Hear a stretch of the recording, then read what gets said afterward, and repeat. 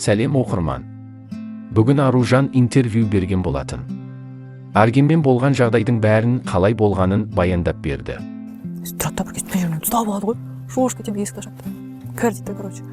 Ол кезде ұрған жоқ. Просто бүйтіп қолыма қатты ұстап итерген моменттер болды. Былай ары бері. Қысқаша айтсақ, Аружан Аргенді сүйгені соншалық.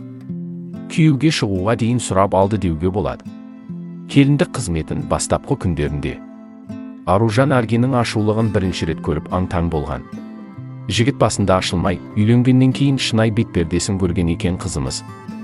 Блогта бәрі керемет, бәрі күшті деп көрсеттім деді Аружан. Тойдың болатын күннен бастап Аргеннің агрессиясын көрген болатын. Барлық ұрыс-керіс ақша жетпеушіліктен болған екен. Пәтердің ақшасын төлей алмай жүрген Арген шапалақпен Аружанның бетінен соғып, Аружанның тіптен құлағы естімей қалатын дәрежеге жетіп, Арген бір кезде пышақ алып, бірінші сені өлтірем, сосын өзім өлем деген екен. Қорқынышты жағдай. Масқара. Енді интервью тыңдап, жүрегім ауырды Аружанға. Аружан Аргенді жақсы көріп, көп нәрсеге көзін жауып кешіре берген екен. Солай интервью 3 сағаттай болды. Толықтай сонда көрсеңіздер болады. Мерседес болады, машинандай, темір машина бар. Сөйтіп бір кезде мен ұйықтап жатқан жерден, тұр дейді, өлмейсің деп айтады маған.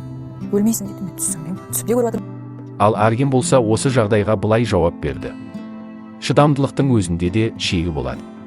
Бұл күйеуге тисе де әлі де жамандауын тоқтатпады. Иә, мен жаман адамын. Бірақ бір сөз бар, ақ бүгіледі, бірақ үзілмей.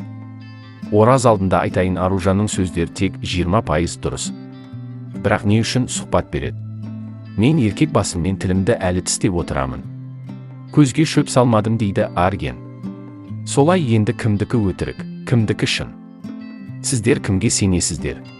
Короче, Айс Қырғызстанға келіп қалып тұр. Қырғыз қылып жасап қойдық. Неге десеңер, қырғыз қыздарға дайын деп ше. Сәлеметсіздер ме? Салам достар. Салам достар. Чоң рахмет. Рахмат емес, рахмат. Рахмат, Доня Лаваш, Айс Краш. Ана. Şimdi, короче, Айсажан Қырғызстанға келіп қалды. Как всегда, өзіміздің чапан кигіздік, қалпақ кигіздік. Маған жарысы дегені? Біз көшеге шығып барғанбыз, қыздар. Настя, жетесің, кет.